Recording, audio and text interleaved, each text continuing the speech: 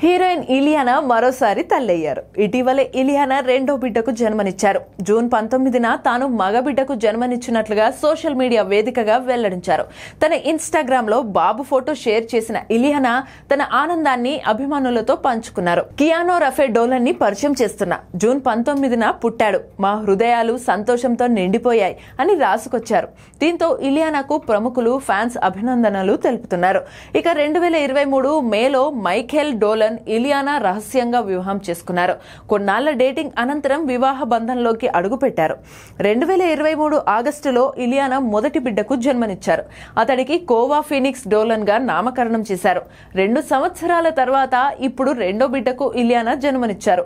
ఇలియానా భర్త మైఖేల్ డోలన్ విదేశీయుడు అన్న విషయం తెలిసిందే. ఇక దేవదాస్ సినిమాతో టాలీవుడ్ ఇండస్ట్రీలోకి అడుగుపెట్టిన ఇలియానా పోకిరి, జల్సా, కిక్, జులై వంటి హిట్ చిత్రాలతో టాప్ హీరోయిన్ గా ఎదిగారు.